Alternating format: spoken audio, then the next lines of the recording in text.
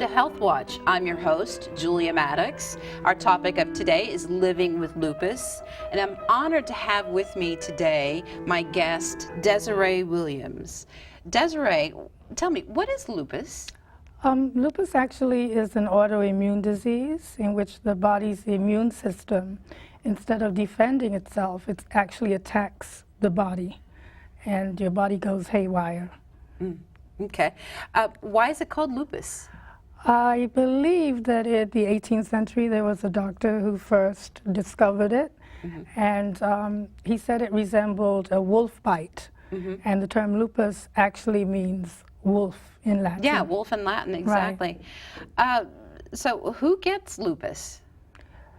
Predominantly, lupus will occur in women between the ages of 20 to 55. It can occur in men, but it's very unheard of. It's few and far between. And when it occurs in men, it's usually much worse, and it's harder to diagnose. Okay. So what I really want to hear about is I want to hear your story. I want to hear about your journey with this disease, so to speak. So tell me about how did you get diagnosed with it? Tell me your story. Okay. I came here from England in 1973, and within a year I started getting a lot of aches and pains in my shoulders. I was 17. 17. Yes. Okay. Aches and pains in my shoulders, just basically my joints started hurting. My parents at the time took me to many doctors. We couldn't figure out what was going on. It got to the point where I was bedridden. I started developing high fevers. My hair fell out completely, and nobody knew what was wrong because back then it was pretty much unheard of. Eventually, we found a doctor that had some experience with lupus, and he took one look at me and said within 2 weeks I would be dead. So they got me into a hospital in Manhattan for joints, and they diagnosed it after a series of many tests. What sort of tests? Do you remember? If you don't remember, it's okay. Yeah, I know they do blood count, and they do an ANA test, and they test your antibodies, and it imitates so many different things that you have to rule out. It's a series of ruling out what it isn't. You said something earlier I want to touch on. You said it's an autoimmune disease, which basically autoimmune means the body is attacking itself. Right. Now, there are many, many types of autoimmune diseases. Some of them are... Well, you have diabetes. Diabetes. You have AIDS. You have rheumatoid arthritis. Yes. I think it's the Jones syndrome, I believe they call it. So there are many different diseases that go under that heading. Okay. So you brought up a good point. You mentioned rheumatoid arthritis. What's the difference, do you think, between rheumatoid arthritis and lupus? They're very similar. There's a series of tests, which I'm not a certified doctor, I can't tell you exactly what. But basically with rheumatoid arthritis, it will affect your joints, and it will stay there with your joints. With lupus, it can affect all of your organs, internal organs, your heart, your liver, your kidneys, and it's deadlier in lupus. Yeah. So you were diagnosed when you were 17. What was that like for you, being a 17-year-old?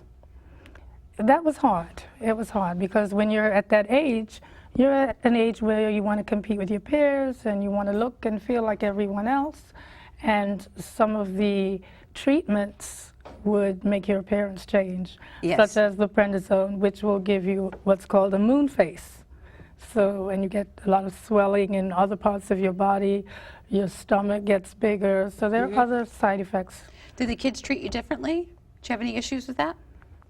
Not really, because it's a disease where you can't physically see that there's something wrong with you. Yeah. You know, it's like some things you can see if a person has a cane or if they're in a wheelchair, you can see that immediately.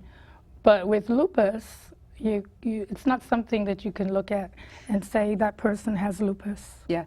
That brings up a really great point, which I'm going to ask you, what's an average day like for you living with lupus? It depends on, the day can be good or it can be bad, depending. For instance, last night, it rained. That can bother me tremendously because the way the lupus affects me is with arthritis. The way it affects many different people, different ways. For me personally, it's basically arthritis. So I can tell you when it's going to rain, and that's the beginning of a bad day for me. Okay.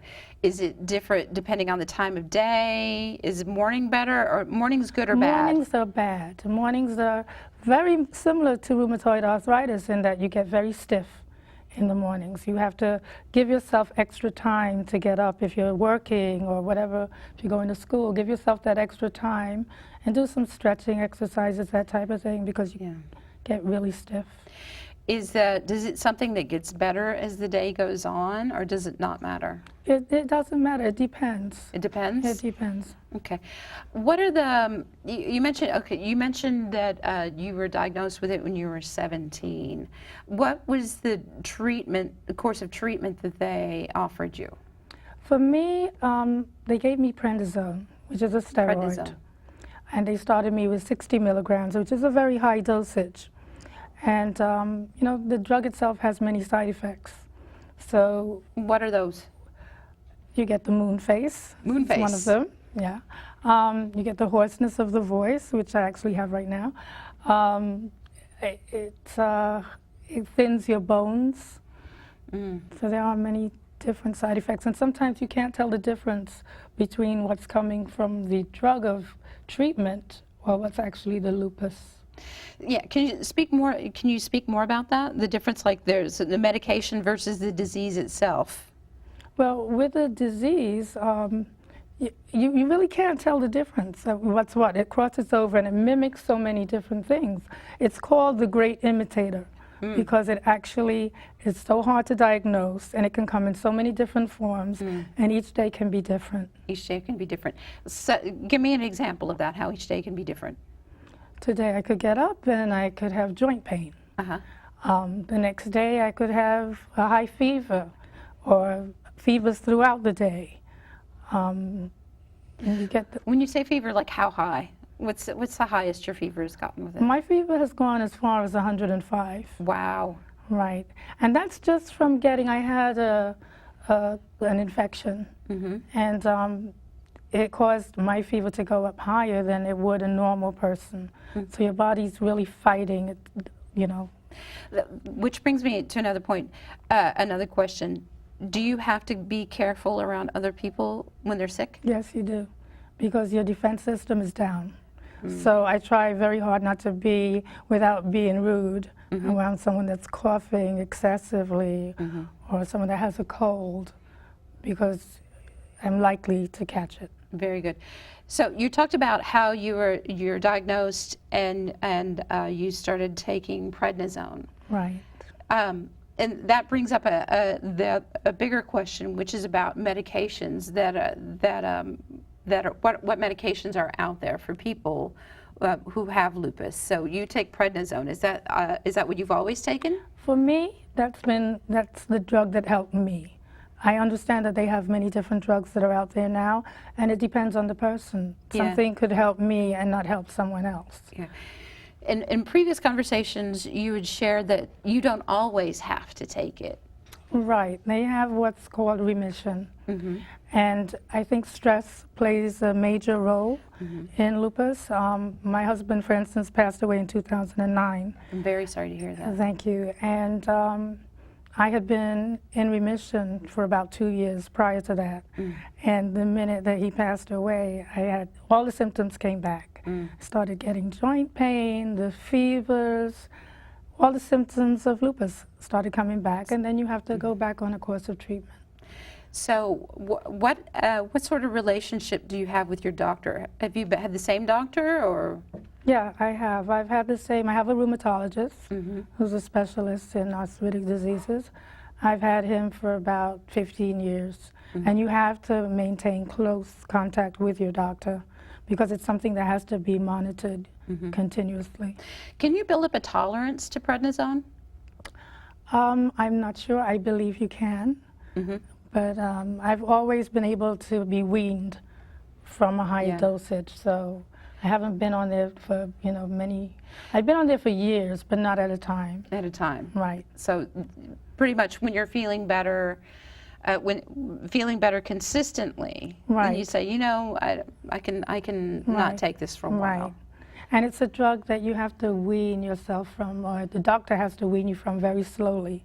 It's very dangerous. If, for instance, you're taking 15 milligrams, you can't just the next day stop. You have to go down 10 milligrams, 7.5, 7, 5, very small amounts until Slowly, slowly. Because if you stop taking it, what would happen? Like stop taking it all of a sudden, what would happen? I believe that you can get some kind of manic attacks. I've never experienced You've never that. experienced that Right, because 'cause you're a responsible person and you know what to do. Is food a factor? Is what you eat? How does that affect the illness? For me personally, it hasn't. I mean, I have read that nightshade vegetables are very bad for people with lupus, which are the things that I love, tomatoes and eggplant and potatoes. For me personally, I've tried it. It really hasn't shown any evidence of being good or bad one way or the other. Doesn't make any difference for you. For me. Yeah. Right. Okay. So let's say I'm a family member of somebody who's living with lupus. What would you tell me? What do I need to know if I'm a family member? I would think that you would have to learn tolerance, that we do have good days and we have bad days. I think that depression will play a part in that, as in any chronic illness. You just have to be very tolerant of when we're feeling good and when we're not. Let's talk a bit about the depression. Can you share a bit about when you talk about the depression that comes with lupus? Yeah, tell me a little about that. Well, you get into your bad days and you start feeling, well, why me?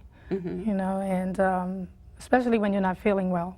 When you're doing okay, you're not as likely to get into that state.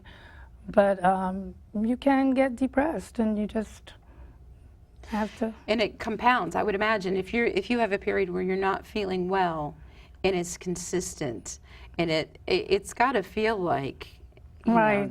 Some days you got to feel like, why me? Did you ever ask Exactly. yourself, why me? Oh, constantly. Yeah, I do now. Yeah. When I'm having a bad day, I say, why me? Why me? And what Right. is the answer? Why not? Why not? There you go. Why not? Right. Why not? So let's say today I found out tomorrow. I go to the doctor. I keep having consistent joint pain and diagnosed, and they say you have lupus. What advice do you give somebody who is newly diagnosed? I would say that it's not a death sentence.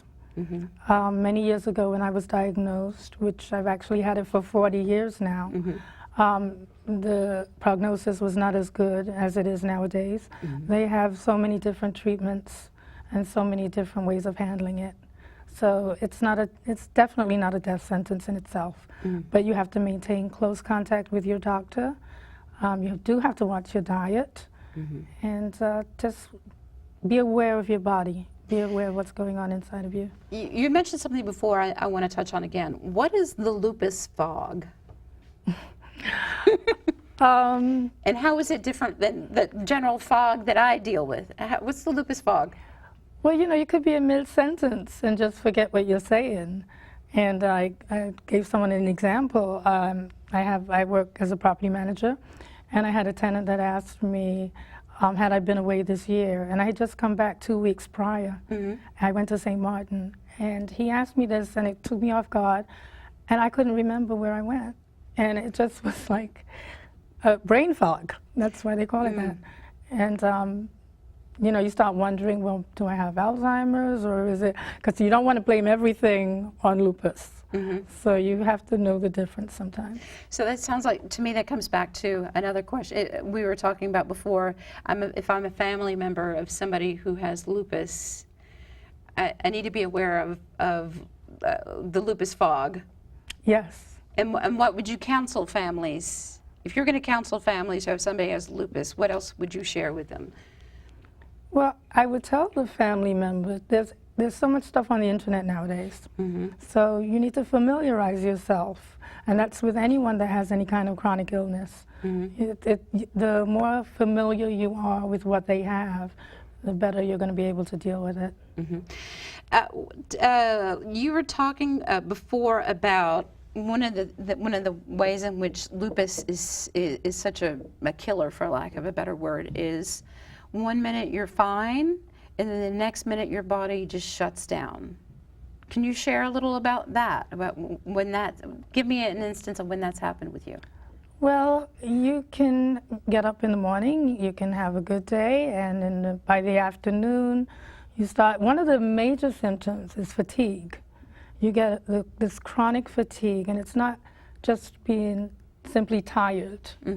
You actually feel like you can't put one foot in front of the other. And that can occur at any time during the day. And you know, within the hour or two, you could be feeling much better. So you never know when it's going to hit. Okay. You had talked to before, well, actually, let's go back again. You were talking about online resources.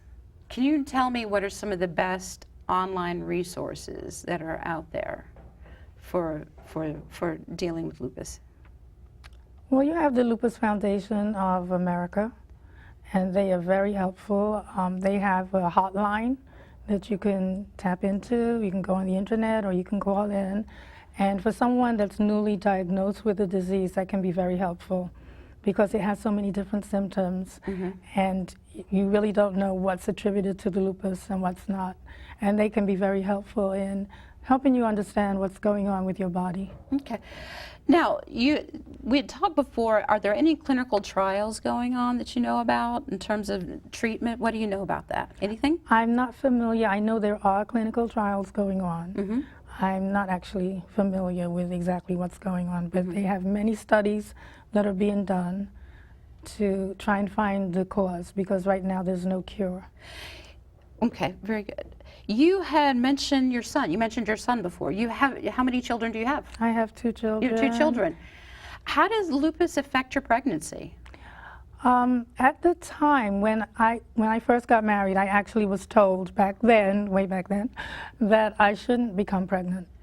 And being young, I didn't listen, so I did. I went ahead and I had a good pregnancy.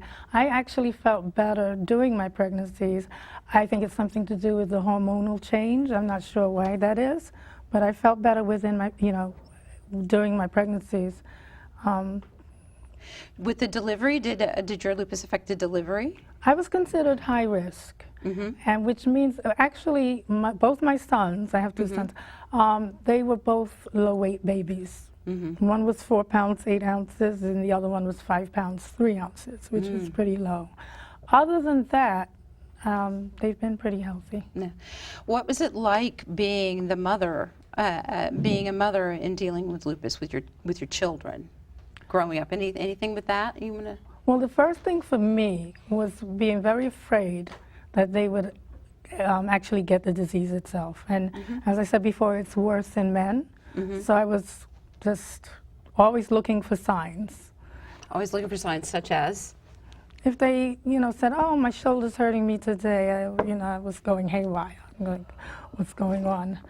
Did you have any concerns about being able to keep up with them when they were growing up? Yeah, I mean, I was able to keep up pretty well. I mean, because I had it at such a young age, I think. How old were you when you had your children? 21. 21 and 23. 21 and 23. Right. Yeah, but you were able to. I was able to keep up with them, and I had a good support system. My husband was very good. My mother and father were alive at the time, and they were very supportive. So I had that, and I think that's another thing you need to have, that good support system. So when you say support system, I would think what that means is being able to say to people, "Hey, this is what I'm dealing with. I'm going to tell you what I'm dealing with today, and also please ask me." Do you want people to ask you how you're feeling? Because some people like that and some people don't. What about for you? Do you want people to get a weather report, so to speak, of how you're doing that day? Not really. It depends on the day and how you're feeling. Yeah. There may be a day where I'm feeling in that why me mood, where I do want that sympathy and I want you to understand that I'm having a bad day. Yeah. What advice would you give to an employer who, let's say they have an employee who's living with lupus? What do you share with your employer? Personally, I haven't shared anything with my employer. Yeah. Not because I'm hiding it, but because it hasn't been necessary. But I think if it comes to that point, then you need to let them know that there's certain things that I mean, for instance, if you have a job that requires lifting, Yeah. then you definitely would have to let them know. Some days it ain't going to happen. Right. Yeah. I would think some days it would be a challenge to get to work on time. Do you Right. deal with that? Yes. Sometimes, it's a disease where you have to know yourself. Yes. And just like you have to get up in the morning, and you have to know if I have to be at a place at 10 o'clock, you get up at 7. Do you get up earlier? I do. You have to give yourself time, especially on those mornings when you're stiff. Mm-hmm. I do that, and it's just because I'm lazy. It's just because I'm lazy and I want to spend more time on the internet before I go to work. But that's me just being a jerk. Mm-hmm. You mentioned stress before, and I really and you shared that when your husband passed away, and I was very sorry to hear about that. And that was what, 2009? 2009. Right. That your husband had passed away, and that's after you had been in remission for what, 2 years? I've been in remission for 2 years. 2 years, and then all of a sudden it came back. Right. And I had been in remission prior to that at different intervals throughout the years, because I've had it so many years. And sometimes then I'm in remission for a year, sometimes just 6 months. It all depends, and anything can trigger it. You mentioned before, though, we talked about stress and how it can trigger it. When you start to feel, when you're dealing with a stressful situation, does it occur in a day, in an hour? Does it take you a week? What's the time frame? Because I don't, for people who are watching who don't know, when you get triggered, how long does it take before you say, this is what it is? Once again, it depends. It can happen within a day. It can be something that's coming on, and it's coming on within that week. Yeah. So it depends on your body, and it's so different for everyone. Each so person. You can't really say, oh, you have lupus, I have it too, and we have the same symptoms. We absolutely will not have the same symptoms. And when you feel a bout of it coming on, do you immediately start taking the highest dose of prednisone that you have, or do you work your way back up? Well, I don't know. Well, with the prednisone, if it's a really bad flare, they call them flare-ups, then I will consult with my doctor. Always consult with your doctor. And he will tell me whether he wants me to go on a higher dosage, or once again, sometimes things aren't always attributed to the lupus. Yeah, so I might just have the flu, or So with a lupus patient, you have to figure out the difference. Okay. And something else we had talked, because you and I talked for a while before, I want to also mention something about, for people who are newly diagnosed, about certain treatments. Did you mention something about gold shots? That was back then. I don't even know if they're still doing that now. But they did have what were called gold injections at the time. Gold injections, but that's not something... That's not something that I'm familiar with. For me, I've only been on prednisone, and that's worked for me. They do have Plaquenil, I believe, and some other drugs. And it depends on the individual. Some things will work for one person and not for another. Okay. Another thing you had talked to me about, it's funny, about people who have lupus and not knowing who has it and feeling like they're alone. You had shared with me about somebody who had been diagnosed with lupus recently, and you want to share that story with me? You said something about a lady at work or somebody you met. Okay, yeah. Actually, it happened in my doctor's office. Okay. And he's a rheumatologist, so you have people with different autoimmune diseases that are coming in. A lot of them have rheumatoid arthritis, and this particular young lady came in, and she just seemed so depressed, and I looked at her immediately, and I knew that she had lupus, because you could see the moon face. The moon face. And her hair was falling out. And I find it helpful to them and me to be able to say, hey, you know, you're going to get better. Have you ever It's taken not part of a support group? Are there support groups for people with living with lupus? I've never done that, no. And I think because I've had such a good support system, so I'm one of the lucky ones. Yeah, you're one of the lucky ones. So I would imagine if there are resources for that, they could find that. Oh, yeah, and I would say do it if you can do it. Do doctors' offices Absolutely. usually offer any of that, or do you deal with that with your health insurance company? What do you think? I think you would probably have to go through your health insurance. Speaking of which, how are, that brings up another topic entirely, how are health insurance companies in helping you deal with lupus? Are they helpful, not helpful? Do they reach out to you? How are they? They're helpful. They help. There's usually not a problem because now it's such a prevalent disease. There's so many, you've got actors and actresses that are coming out that are saying that they have lupus now. So it's not as it used to be where when you said the word, nobody knew what you were talking about.